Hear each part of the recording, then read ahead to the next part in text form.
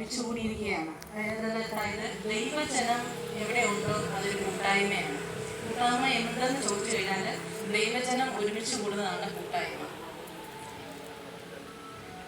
പിന്നെ നമ്മൾ ഇവിടെ കൂടിയിരിക്കുന്നത് ഓണം ആഘോഷിക്കാനാണ്. ജാതി മതഭേദമന്യേ നമ്മൾ ആഘോഷിക്കുന്ന ഒരു സാംസ്കാരിക ആഘോഷമാണ് ഓണം.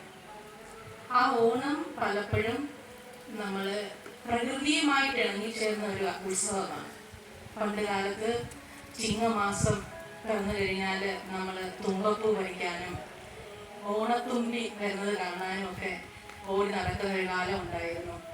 പിന്നെ നമ്മുടെ പറമ്പിലുള്ള പൂക്കളൊക്കെ പറിച്ചായിരുന്നു നമ്മൾ അത്തപ്പൂ ഇടുന്നത്.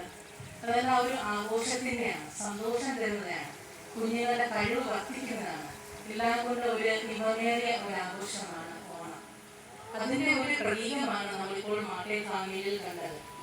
അപ്പോൾ കുഞ്ഞുങ്ങളുടെ കഴിവ് വർദ്ധിച്ചു, കുഞ്ഞുങ്ങൾ നല്ല പാട്ട് പാടി ഡാൻസ് കളിച്ചു. എല്ലാം കൊണ്ടും കഴിവ് വർദ്ധിക്കുന്നതും പ്രകൃതിയുമായിട്ട് ഇണങ്ങിച്ചേരുന്ന ഒരു ആഘോഷമായി മാറുന്നു നമ്മുടെ ഈ ഓണവും നമ്മുടെ ഈ കൂട്ടായ്മയും. നമ്മളിപ്പോൾ നടന്ന ഈ കൂട്ടായ്മ എനിക്ക് തോന്നുന്നു ഒത്തിരി താമസിച്ചു പോയി. ഈ കൂട്ടായ്മ നമ്മൾ മുൻപേ തുടങ്ങിയിരുന്നെങ്കിൽ നമ്മൾ പലരെയും പല കുടുംബത്തിലെ കാര്യങ്ങളുമൊക്കെ നമ്മുടെ അമ്മമാരുമൊക്കെ പറഞ്ഞു തന്നേമായിരുന്നു. പണ്ട് മമ്മി പറയുന്ന കുറേ കാര്യങ്ങളൊക്കെ കുടുംബങ്ങളുടെ കാര്യങ്ങളൊക്കെ അറിയാവുന്നതല്ലാതെ മറ്റൊന്നും നമുക്കറിയില്ല. അതുകൊണ്ട് ഓക്കെ, ഇപ്പം തന്നെ കൂടിയത് അത്രയും നല്ലത്.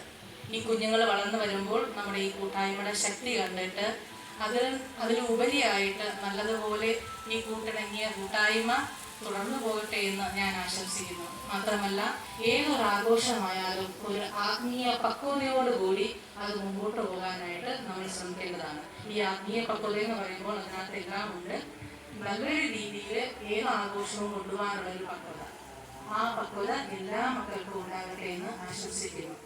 ദൈവം നിങ്ങളെ അനുഗ്രഹിക്കട്ടെ.